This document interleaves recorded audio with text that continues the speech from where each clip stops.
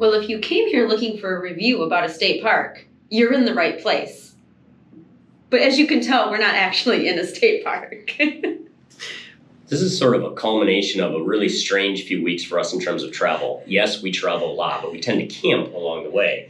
But we ended up in a situation, if you saw our last video, we were at my brother's house visiting with them for a bit on the east side of Florida. And then we left and we went to Disney World for a week. We met your parents there, had a good time there. And then we went to Highlands Hammock State Park. Which is what this video is all about. And we're going to get there in a minute. But the strange thing was then you were only there for a few days before you had to fly off to New York City for a work conference. Yeah, first big trip in 2 years basically. And I think the only souvenir you brought me was a cold. Oh, sorry about that. Which is why I sound really strange. This is the strongest my voice has been in days. Which is why we're not recording this video from the state park, because you couldn't talk when we left, basically. Yeah, so now things are starting to turn around a little bit. But we are actually on Anna Maria Island in Florida right now on the Gulf side. We got a chance to stay with your parents. They rent a condo down here. So thank you to Joel and Karen for letting us camp out here, especially with us being sick. Yeah, and as you can see, it's a little bit out the window. We've got a gorgeous view of the beach here, and we've been here for a few days. And yeah, well, I actually came home with a cold first, and then I passed it to you, and so it's just been kind of a whirlwind. Well, actually, you had already lost your voice before I went to New York from we think allergies, because there's been a lot of pollen and stuff in here in Florida that we're not used to from being up north. So the whole winter we've both been having seasonal allergy issues, but the cold from New York did not help at all.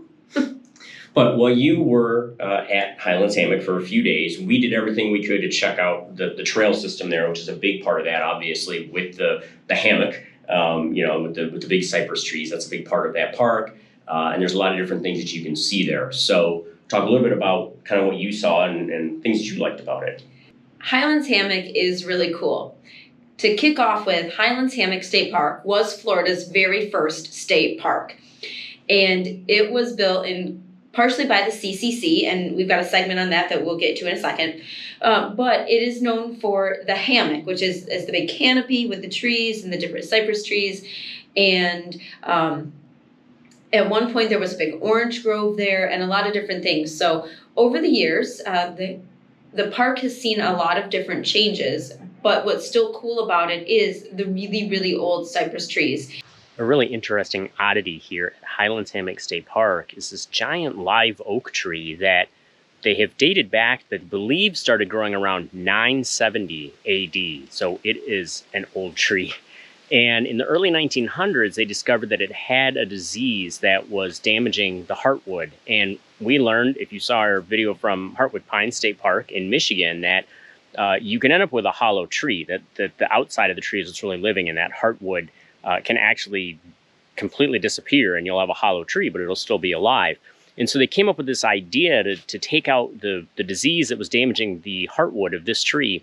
They dug a hole down into the root system, sent men into the tree to scrape out the heartwood, and actually made it up to some of the lower limbs. They went all the way up into this tree with that, cleaning out the heartwood. And then they used metal rebar and concrete, trying to fill different parts of the tree to make sure it would stand the test of time and prop it up. And apparently it failed overall, but it lasted quite a while. And then a couple of hurricanes have come through since then and taken parts of it down. And there's a big limb that came down that's laying next to it now. And you can actually see the rebar and the concrete coming out of that tree. And so that's what it is. So it's a very sort of strange and unique situation here, but it's really cool to think about what this tree had seen over the years, if you think how long it had been standing here in Florida.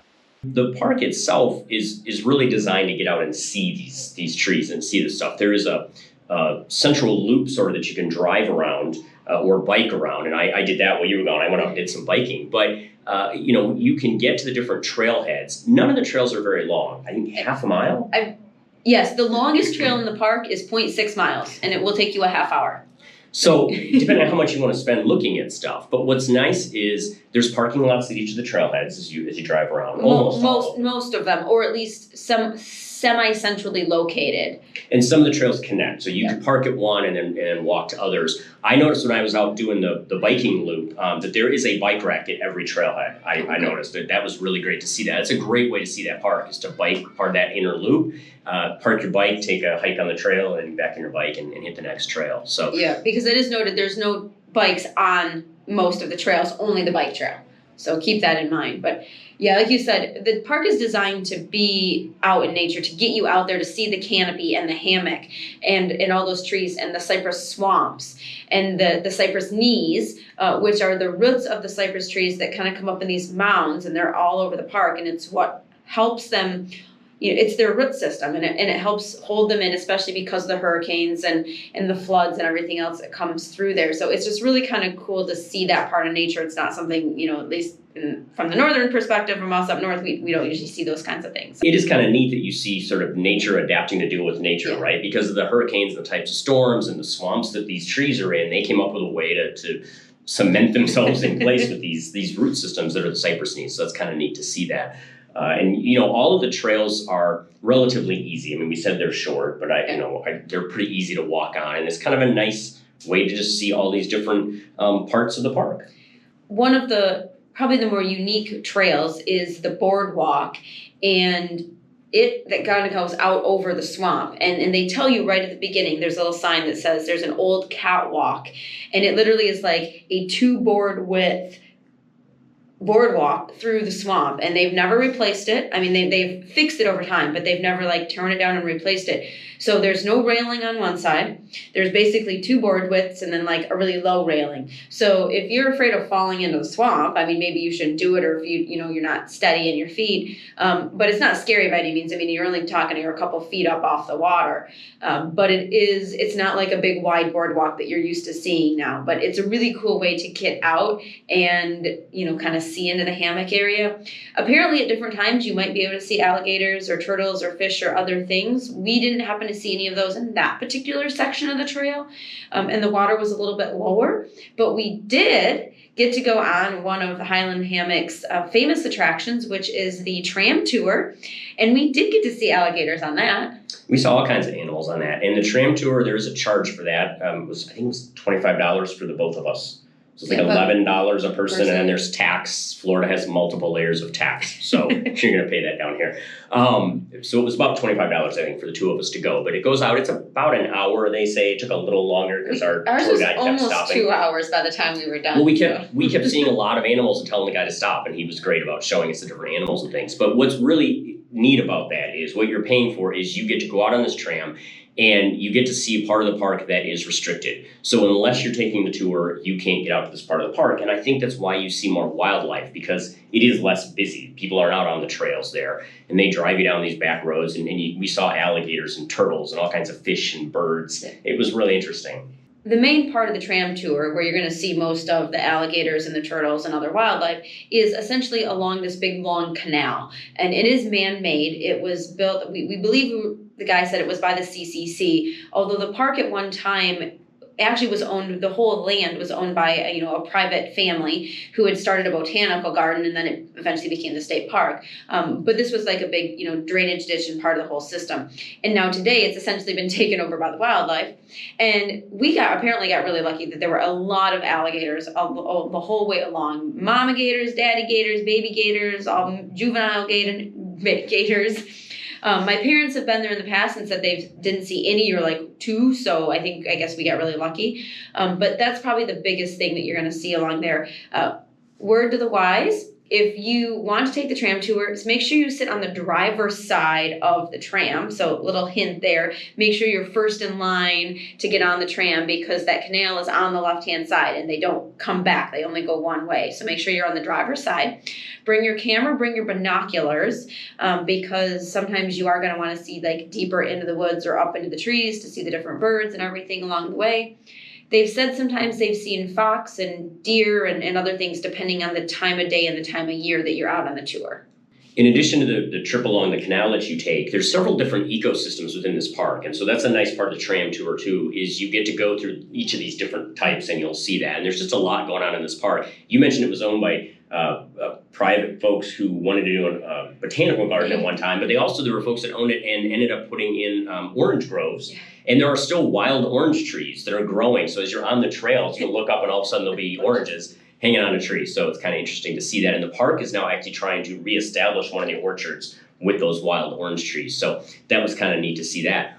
When you're done with the tram tour, which comes from the store, there's a little camp store there and they sell ice cream, that kind of thing too, and souvenirs. But right across the parking lot is the CCC Museum, the Civilian Conservation Corps. And as soon as you saw there was a whole building dedicated to the CCC, you ran over there. And you actually then came out and kind of gave us a little overview of what you found there. So let's see what you found.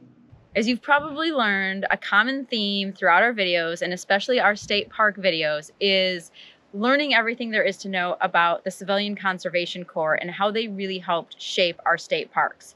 And Highlands Hammock is no exception. From 1934 to 1941, there were multiple CCC camps stationed here, and they built approximately 30 structures throughout the park.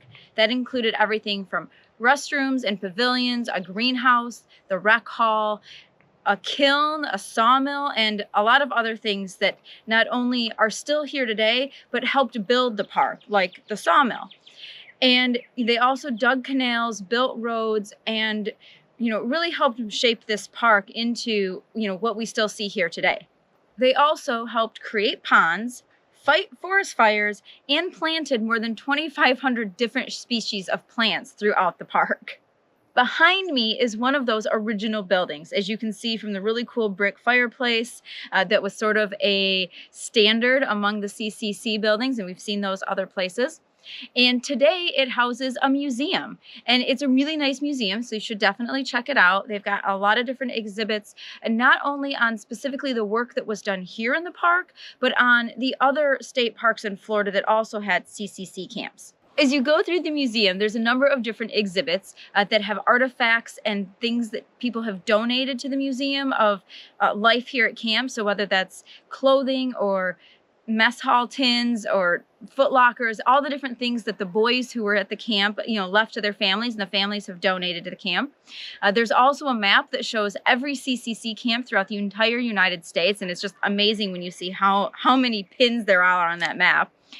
And then there's just some audio clips, and there's even a short movie of a reunion that they had here many years ago with some of the boys that worked here. And so definitely spend some time to check out the museum. It's free. There's a guest book that you can sign that they like to keep track of where people were from, but plan to at least stop by when you're here checking out the park.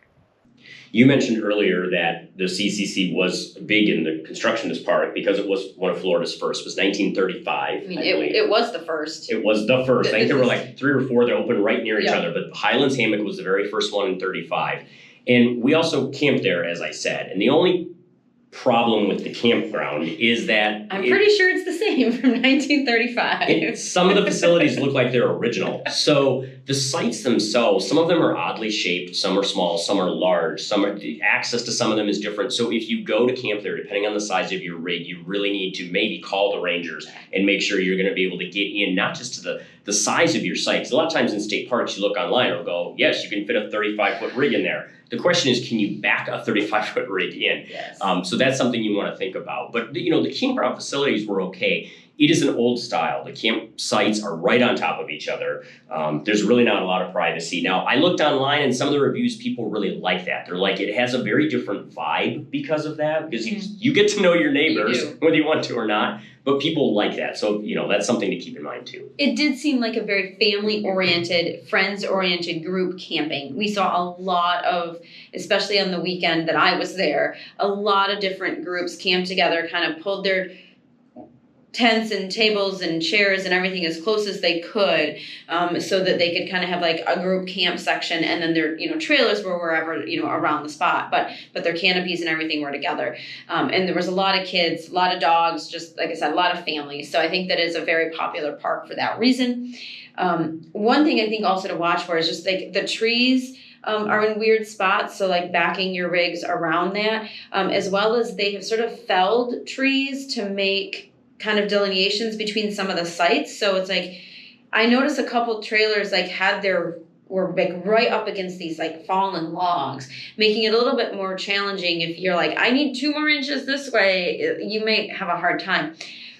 Also wanted to note, because our neighbors had a problem with this, the electric cord and the water are shared behind the sites. And so your site might have its electric pole right by yours, but your neighbor's may be like a stretch, or yours may be a stretch. So make sure you have plenty of electric cord and water cord in order to get where you need to get to. Yeah, those poles are, and there's water and electric on the sites. It's 20 and 30 amp only. I don't have 50 amp there anywhere. And yeah, it's 2 sites share each of those poles, and the poles weren't put in the middle of the 2 sites. They're on one site, and then the next person has to just stretch their cord out. So it was something interesting to see that as well. Like I said, it's kind of the older design, and you're going to see this.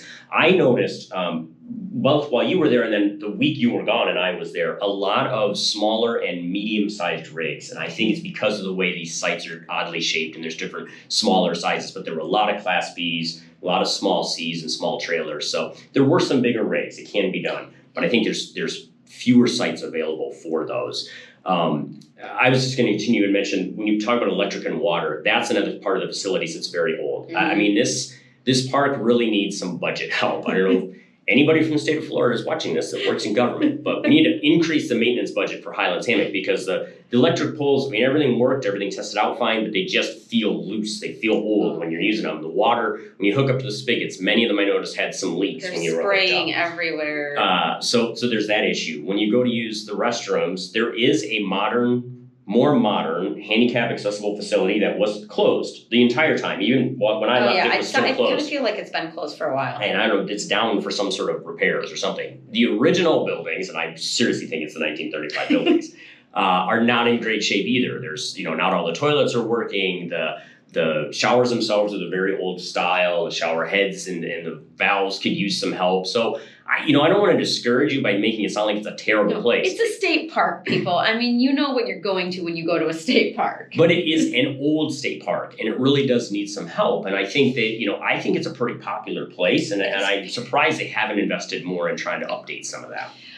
I think some of it too becomes, and we've seen this in Michigan, the minute you take a bathroom down for repair, you take a few sites out for repair, the people just lose their minds about, oh my God, where are we going to go to the bathroom? How are we going to camp? What are we going to do? I mean, people want to go camping, and that's a good thing. But it means if you want to do repairs, you have to understand that there's going to be some facilities out of commission for a while. And that doesn't sit well with people. And in a facility with, or a campground like this, when you only have 3 shower stalls and a handful of bathrooms to begin with, and you've got 150 sites, it's rough going to take taking a bathroom out of commission for a while to get it back up and running. So there's a balance there, but just kind of go in knowing that it hasn't really been updated in a while. But one thing was, we did find that there is laundry facilities in that new bathroom area. I think the washer and dryer's been there for a while, they're outside, so they're going to take a weather beating. But there's laundry on site, which we used, so that was helpful for us to get some clothes washed.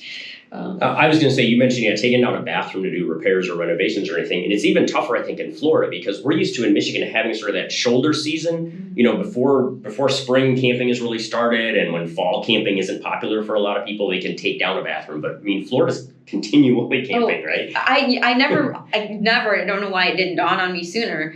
You can camp 365 days a year in Florida. I mean, you can camp 365 days in Michigan. We've showed you. We've been to Tequaman and Falls in the winter. But there's maybe only 20 people camping in the winter. Whereas here in Florida, every site, every weekend, all day week long is packed, because you can camp year round in Florida.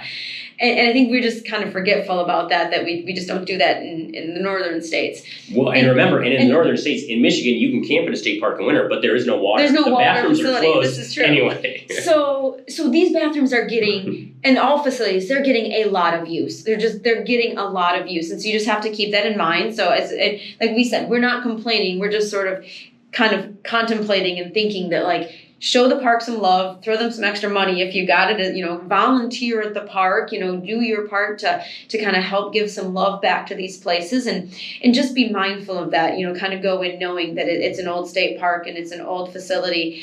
They're doing the best they can, and we want you to go explore and see these kinds of places. So we just have to keep in mind that even though our rigs are getting bigger and bigger and we're using more electricity, and I think, you're not going to be able to run your 3 air conditioners in your Class A here, because A, there's no 50 amp, and B, you're gonna probably fry the circuit. But go there in your pop-up, go there in your tent and explore and see the nature, because it is a very cool park. We mentioned the store earlier, and that is actually operated by a Friends of the Park group. So there is a Friends Park. So if you buy a souvenir there, if you buy supplies there, you're helping to donate money specifically to that park, and it could use it. So and they have ice cream at the park.